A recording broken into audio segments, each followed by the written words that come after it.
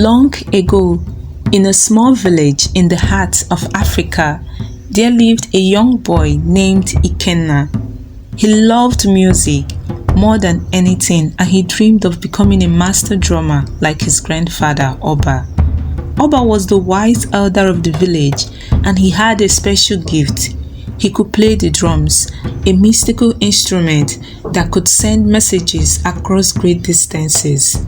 The talking drum, or ebati, was a sacred treasure of the village. It was crafted from the finest wood and adorned with intricate patterns. It had a deep resonant sound that could echo through the air, reaching the ears of anyone who listened.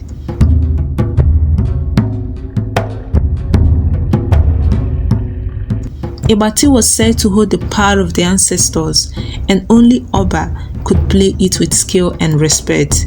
Ikenga admired his grandfather and wanted to learn from him. He would often sneak into Oba's hut and watch him practice, hoping to get a glimpse of the magic of Ebati. He longed to touch the drum to feel its vibration, to hear his voice. But Oba always warned him not to touch it, for it was too powerful and dangerous for a child. Ebati is not a toy, Ikenga. It is a sacred instrument that can speak to the spirits and the people. It can bring peace or war, joy or sorrow, depending on how you play it. You must be careful and respectful, or you might anger the ancestors and cause trouble for the village. Ikenga nodded, but he did not understand. He only saw a beautiful drum that made wonderful sounds. He wondered what it would say if he played it.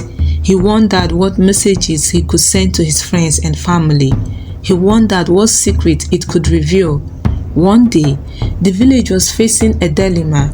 A neighboring tribe, the Zulus, had been raiding their lands and stealing their crops and cattle.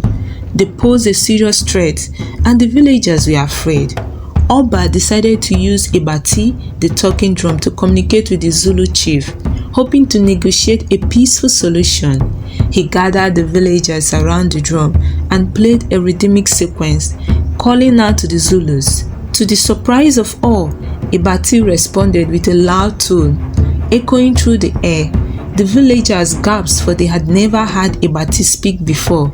Oba smiled, for he knew he had reached the Zulus. He continued to play, waving a rhythmic conversation with Ebati.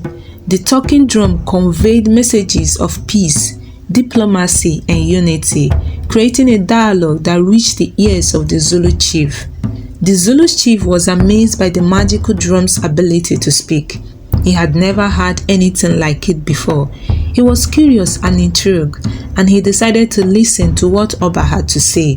He ordered his warriors to bring him a drum, and he played back his own beats, forming a musical language that transcended spoken words.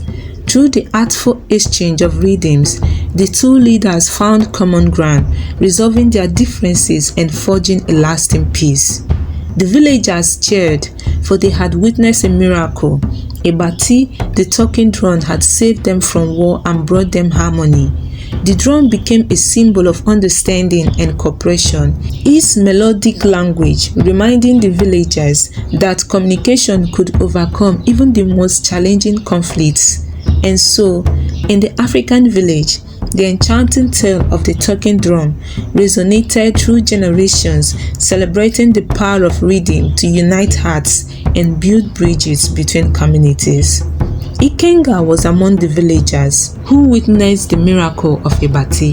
He was awestruck by his grandfather's skill and wisdom, and he felt a new respect and admiration for the drum. He realized that Ebati was not just a beautiful instrument, but a powerful and sacred one. He decided to follow his grandfather's advice and wait until he was ready to play it. He hoped that one day he would inherit the gift of the talking drum and use it to spread peace and joy throughout the land.